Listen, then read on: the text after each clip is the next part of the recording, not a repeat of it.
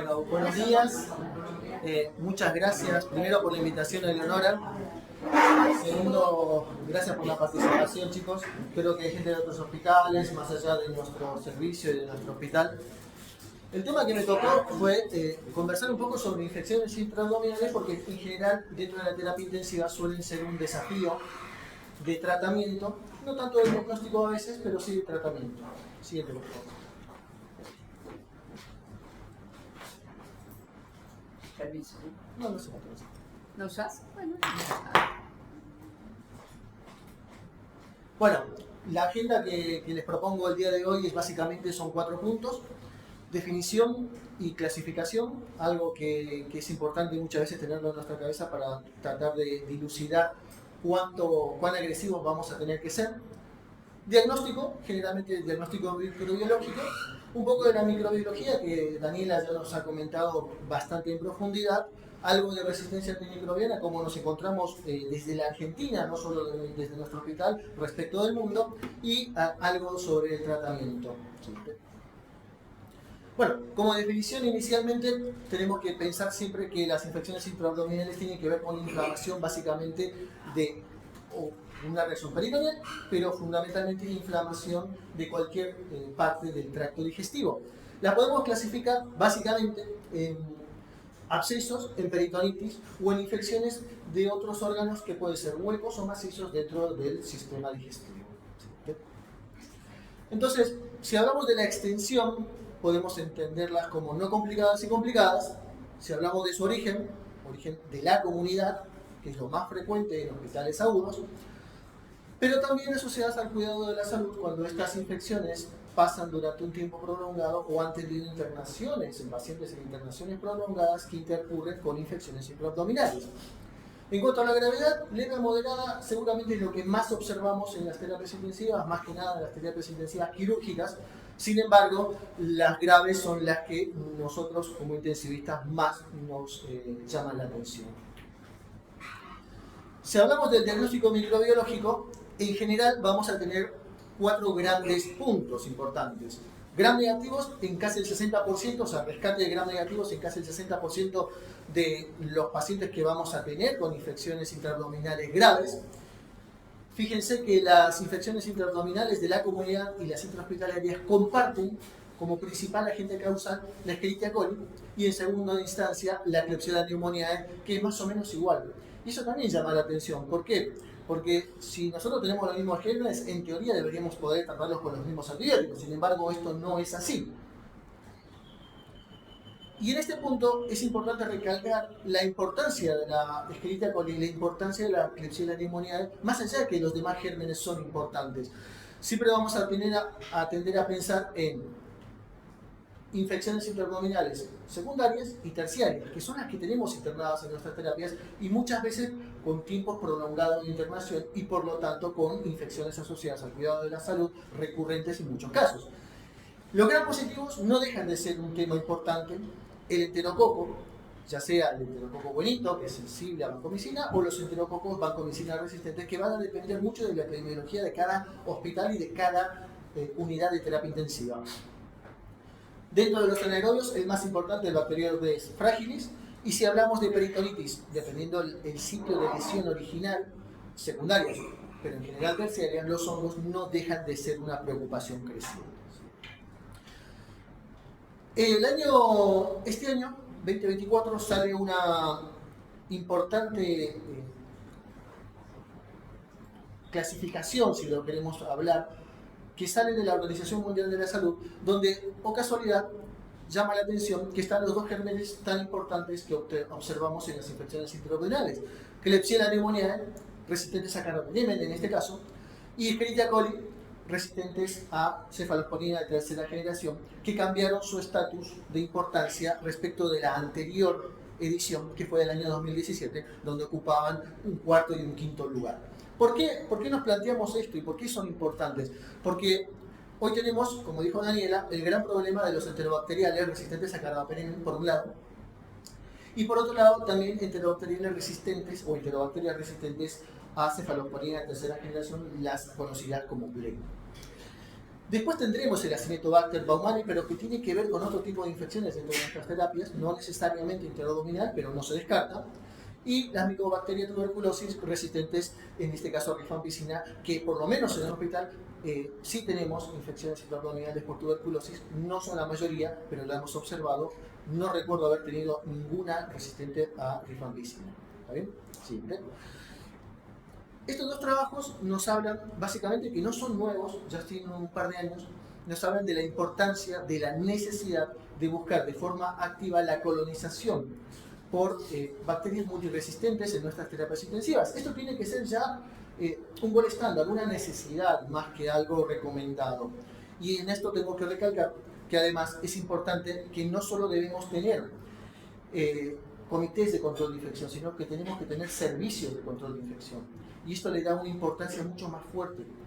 Y además la posibilidad de estar constantemente revisando, pesquisando y observando y recomendando estrategias para la prevención y el tratamiento de este tipo de bacterias multiresistentes. Un repaso rápido, porque muchas veces, por lo menos nosotros, o por lo menos lo que me pasaba a mí cuando era reciente, cuando hablábamos de tratamientos antibióticos, siempre pensábamos en, primero, el tratamiento con beta-lactámicos, ¿no? Son muy buenos antibióticos, rompen la pared celular, son importantes para tratamientos de la comunidad, ¿sí? Si esto no funciona, o si queremos subir un poco más el espectro, las cefalosporinas de primera generación o monobactanes son una muy buena elección. Y después tenemos las cefalosporinas de tercera y cuarta generación que vienen a cubrir aquellas otras, un espectro de acción un poco más ampliado que no cubren los beta-lactámicos de primera o de segunda generación. Y atrás venimos nuevamente con los beta-lactámicos, que son los carbapenems, que son hoy por hoy una de las situaciones que a veces nos ocurre que tenemos que usarla de forma empírica, incluso en infecciones de la comunidad. ¿Por qué? Porque tenemos circulación comunitaria de ULE, y esto específicamente hablando cuando hablamos de infecciones urinarias. No es lo más común, pero si tenemos una persona colonizada por LEC, posiblemente si tiene una infección intraabdominal grave, sea un tratamiento de elección de primera línea para este tipo de pacientes. Es un segmento muy pequeño, pero hay que considerarlo. Siguiente. Entonces, las beta-lactamasas de espectro extendido nos van a abarcar un espectro de acción, o sea, no vamos a tener acción ni de penicilinas, ni de cefalosporina de primera generación, tampoco de monobactanes, pero sí en algunos casos cefalosporinas de cuarta generación, ya no de tercera.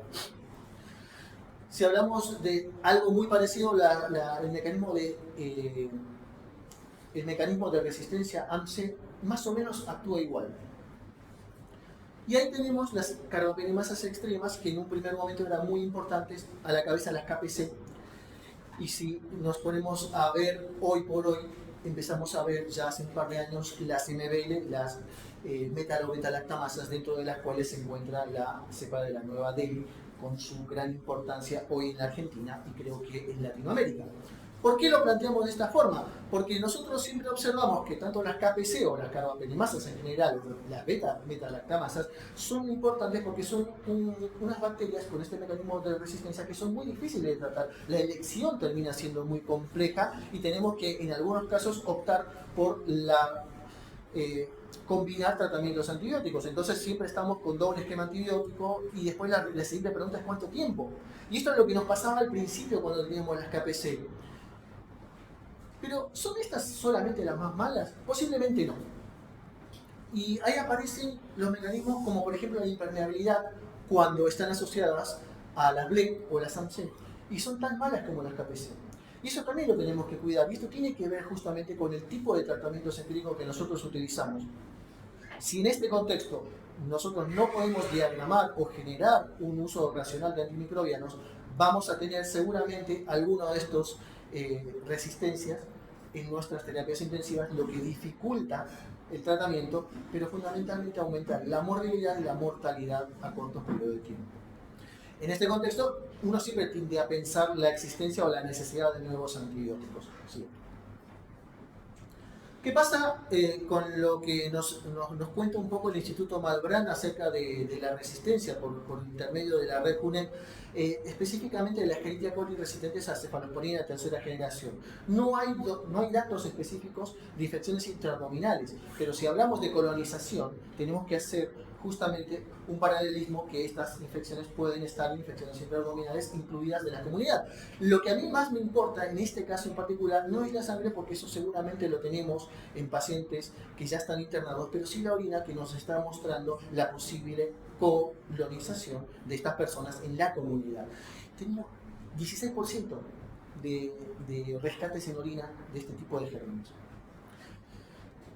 ¿Qué pasa con las Escherichia coli resistentes a carbapenem? Que son las que potencialmente nos van a preocupar seguramente en los próximos años. Gracias a Dios, por lo menos en la Argentina, no lo tenemos tan marcado. La tercera línea nos habla de las Klebsiella pneumoniae resistentes a carbapenem.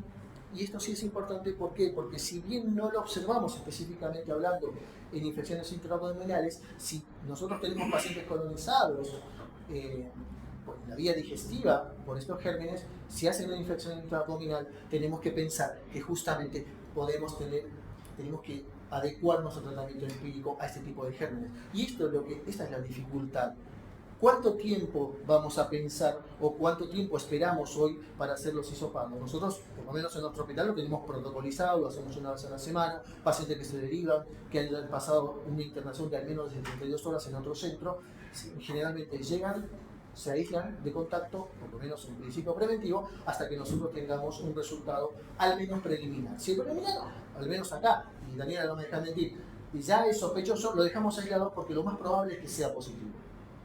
Entonces, en este contexto, tratamos de prevenir el uso inadecuado de tratamientos antibióticos, tratar de hacer tratamientos cortos en la posibilidad que nos permita la clínica del paciente y siempre comunicados con el servicio de microbiología, que nos permite también saber el perfil de resistencia que vamos a tratar. ¿Siente? ¿Qué pasa con las pseudomonas? Las pseudomonas estaban en cuarto lugar en las infecciones intraabdominales. Fíjese que tenemos 20% de colonización en la comunidad. Y eso también es preocupante, porque la pseudomonas tiene una característica, tiene la posibilidad de desarrollo de forma rápida de todos los mecanismos de resistencia. Y eso es muy preocupante a largo plazo. De hecho, en las ediciones anteriores de los comunicados de la Organización Mundial de la Salud, nos ponían a la pseudomonas como uno de los peores gérmenes. Hoy no lo es. Sin embargo, tiene un potencial importantísimo. Este trabajo, que salió este año, el año 2022 en el Lancet, analizó desde el año 2019 o hasta el año 2019 cómo venía la resistencia en el mundo y qué implicaba esto. Una de las cosas más importantes que nos muestra es que las muertes asociadas a la resistencia antimicrobiana para el año 2021 se estimaron en casi 5 millones de habitantes del mundo. O sea, 5 millones de personas murieron por resistencia antimicrobiana. Y se estima que para el 2050, acá no más, en 25 años más, esta situación se va a duplicar. ¿Sí? ¿Cuáles son las causas? Esa fue lo que básicamente este trabajo nos habla. Las principales causas son el uso excesivo de antimicrobianos. Debemos agregarle que no es solamente el uso excesivo, sino además el mal uso de antimicrobianos. Y esto lo vimos en COVID, y esto fue plasmado en muchos artículos y en trabajos presentados por colegas nuestros de la ciudad de Buenos Aires. Específicamente si hablamos del Hospital Rivadavia, la utilización de piperacilina tazobactam, si hablamos de la dosis diaria definida, se incrementó en un 5000% en la primera ola. Y eso generó un aumento de la resistencia antimicrobiana que empezamos a verlo con los nuevos informes que salieron este año respecto del año pasado de la red UNED. La calidad de atención sanitaria es importante porque si nosotros no tenemos un tratamiento adecuado antimicrobiano, nuestra calidad de atención disminuye y por lo tanto nuestra mortalidad potencialmente puede aumentar, si no es ahora, a futuro. La prevención de infecciones tiene un rol importante en este contexto. ¿Por qué? Porque tenemos que ser obsesivos y objetivos para tratar de disminuir la resistencia antimicrobiana y generar tratamientos antibióticos cortos, ¿sí?, lo más óptimos posibles. Eventualmente tenemos que pensar en el desarrollo de nuevos antibióticos. La verdad es que sí, en el mundo hay desarrollo de nuevos antibióticos que todavía no han llegado acá, pero la pregunta es, ¿todos los antibióticos nuevos son mejores de los que tenemos? Primera pregunta. Segunda pregunta que tengo para mí es, los nuevos antibióticos que todavía no llegaron ya están presentando resistencia, y es lo que nos contaba un poco Daniela acerca del ceftriaxona. Bueno, la asociación de antibióticos en todos los casos, según las guías internacionales, en nuestro medio sirven, van a servir o en realidad potencialmente van a generar nuevos espectros de resistencia. Y eso también está demostrado. Por ejemplo, la asociación de ceftazidime, vivatam más astrianam no necesariamente es el mejor esquema, ¿sí? Dependiendo del momento en el que lo utilicemos y dependiendo de la epidemiología que tengamos en nuestras terapias intensivas, va a servir o potencialmente puede generar nuevas resistencias. Siguiente. Entonces, las muertes determinadas por la RAM en el mundo directamente son 5 millones, como hemos dicho, pero las atribuidas son 1.300.000 más. Y esto también es preocupante porque esto en el mundo nos está demostrando que las infecciones asociadas al cuidado de la salud generan muertes, pero son mucho menos de las que tenemos en la comunidad. Sin embargo, en Latinoamérica esta relación un poco se invierte. Y esto también es llamativo. ¿Por qué? Porque tenemos 72 muertes debidas a la RAM cada 100.000 habitantes y las muertes directas son 14, o sea que tenemos 14 habitantes cada 100.000 que contraen una infección por un germen multiresistente que le cuesta la vida en la comunidad, pero cuando estos pacientes llegan a la terapia intensiva o al ámbito intrahospitalario, las muertes atribuidas a la RAM se disparan a casi 60 cada 100.000 habitantes, con lo cual la mortalidad de nuestras terapias en Latinoamérica está disparada y está aumentada en el contexto de resistencia antimicrobiana de adentro de nuestras terapias. Sí. Y esto lo podemos ver en un gráfico que nos muestra en este mismo artículo, donde nosotros desde Latinoamérica nos encontramos en un tercer lugar por detrás de el África subsahariana y por detrás de Europa del Este, que son lugares muy pobres. No digo que Argentina sea un lugar pobre, son parte de los países emergentes. No disponemos de todos los tratamientos antibióticos y seguimos utilizando lamentablemente en algunos lugares los antibióticos de una mala manera. Y esto genera mayor resistencia antimicrobiana y por lo tanto mayor mortalidad. Sí.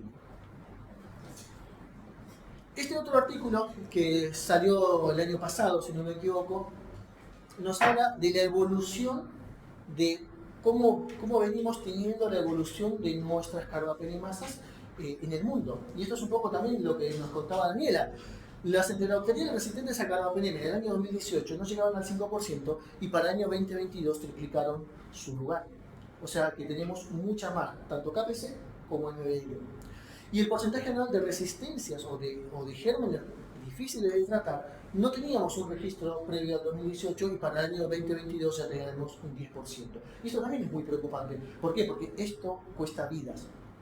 La carbapenemasa prevalente para el 2018, que no lo puse acá, eran las KPC. Era el gran problema de las terapias intensivas. Pero en la post-pandemia inmediata, el 60% de todas las carbapenemasas hoy son MBL del tipo Nueva Delhi. Y esto genera nuevamente dificultades al tratamiento. Todas las infecciones intrahospitalarias se dispararon en pandemia justamente por el uso inadecuado de antimicrobianos y esto generó un aumento de la mortalidad fundamentalmente asociado a los cuidados de la salud. ¿Qué hablamos o a qué nos referimos cuando tenemos que pensar en tratamientos empíricos cuando hablamos de infecciones intraabdominales de la comunidad? Bueno, lo podemos dividir básicamente en dos grandes grupos: los leves y moderados sin factores de riesgo, que son en teoría los más fáciles de tratar. Esquemas sugeridos, metronidazol más genta o cipro, son esquemas adecuados, poca resistencia, menos del 20%, pero también podemos utilizar ampicillin a dosis plena. ¿Cuánto es? 3 gramos cada 6 horas, que en general se prefiere, en muchos casos, independientemente de la función renal, tratar de sostenerlos entre 48 y 72 horas, y después recién ajustarlos.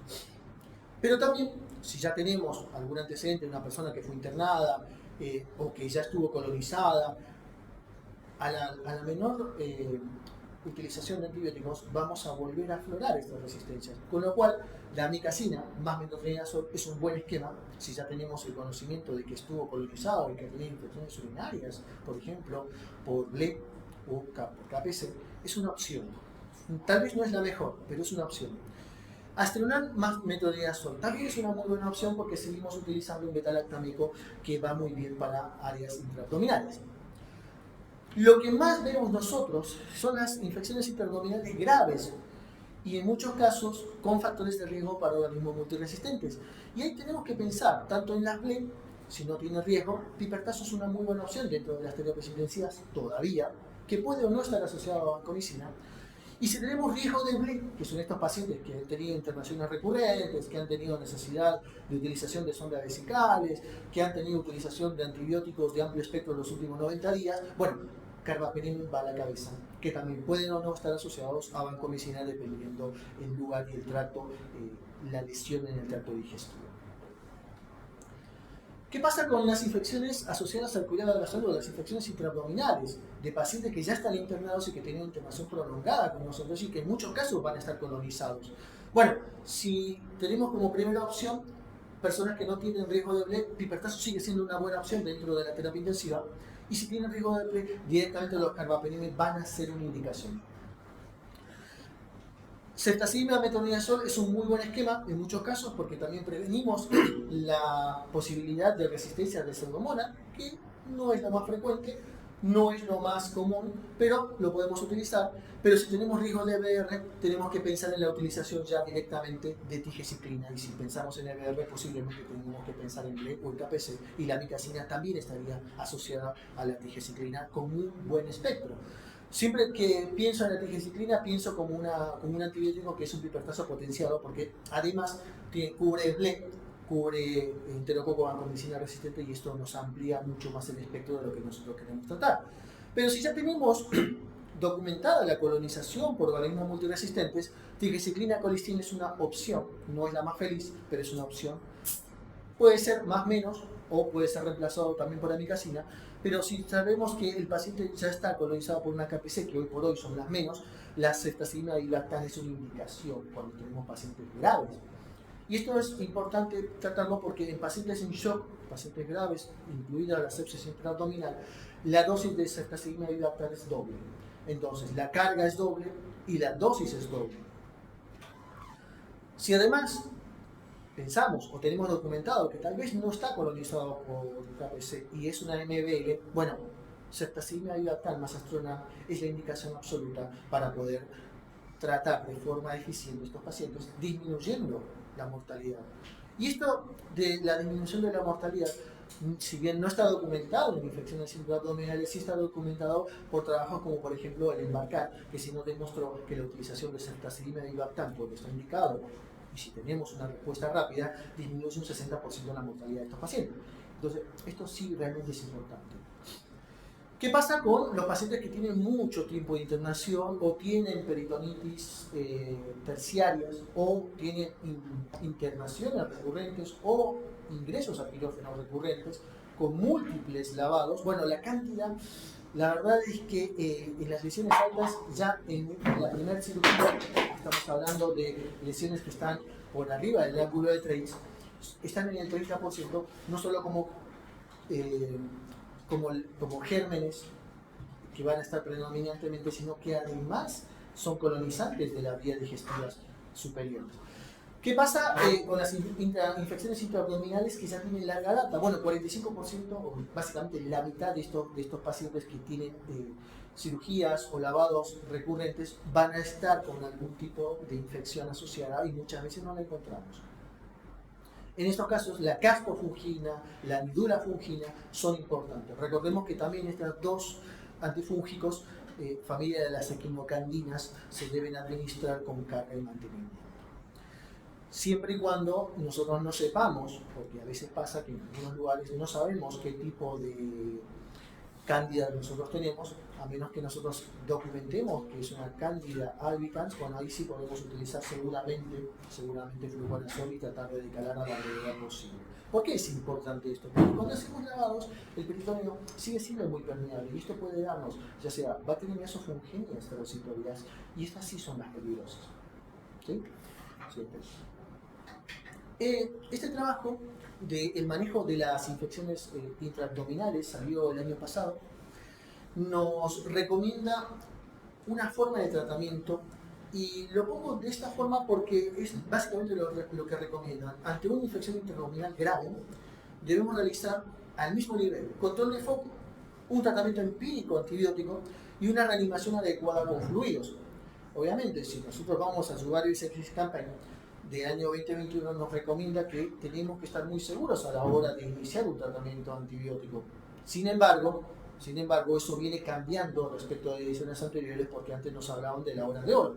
En una hora tenía que estar hecho todo. Y la verdad es que no necesariamente es así en otro tipo de infecciones, pero sí en las infecciones intraabdominales.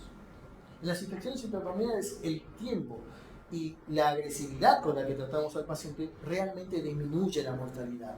Es por eso que en el control de foco siempre debemos solicitar o debemos hablar con nuestros compañeros cirujanos para que se tomen cultivos microbiológicos, y si no fueran así, por lo menos tomaremos cultivos en el postquirúrgico inmediato.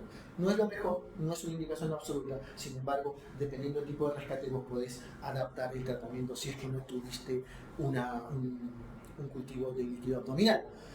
¿Para qué nos sirve eso? Obviamente para identificar el patógeno, pero también para obtener un antibiograma y observar los mecanismos de resistencia que tengamos. El tratamiento empírico tiene que ser dado por la epidemiología local. Si es de la comunidad es mucho más fácil, pero que si es algo intrahospitalario es sí o sí y objetivamente dentro de lo que es la epidemiología local. ¿Para qué? Para reevaluar el tratamiento eventualmente con los cultivos. Y si tenemos que decalar, lo hagamos a la brevedad posible. ¿Sí? La reanimación de fluidos obviamente es para tratar de evitar la necesidad de vasopresores, pero eso ya está presente. Estamos hablando de un shock séptico a foco abdominal que requiere cortos periodos de tiempo de tratamiento. Entonces, el manejo de la sepsis intraabdominal siempre es un manejo interdisciplinario y es muy importante tenerlo en cuenta porque tiene que ser rápido, pero también agresivo. El control de foco y cultivos tiene que estar en nuestra cabeza sistemáticamente. La reanimación con fluido y tratamiento antibiótico empírico tiene que estar presente a la brevedad posible en cuanto nosotros lo identificamos y no tratar de ganar tiempo, porque muchas veces nos pasa que un paciente está en shock porque tiene un foco no drenado y a veces es como el huevo o la gallina para entrar al quirófano. Si entra posiblemente en shock, le vaya mal, pero si no entra, va a seguir la espiral descendente en contexto de sepsis, y eso lo va a llevar a la disfunción orgánica múltiple y potencialmente a la muerte en poco periodo de tiempo. Y para esto también es muy importante llegar al diagnóstico microbiológico y de esta forma tratar de llegar a un ajuste del tratamiento antibiótico cuando es necesario. Siempre hay que reevaluar si se requieren nuevas intervenciones. La sepsis intraabdominal no es una vez, no es de única opción. No se cura siempre con una sola cirugía y muchas veces requieren control de daño. Y el control de daño implica abdomen abierto y contenido y lavados sistemáticos, en principio cada 24 o 48 horas dependiendo del servicio de cirugía. Así que bueno, muchísimas gracias. Bueno, muchas gracias, Marco, buenísima una charla. Ahora pasamos a Pablo Saúl, jefe de la unidad de inmunodeprimidos de acá de la intensiva, además un compañero, un amigo, menos Daniela, todo, ¿no?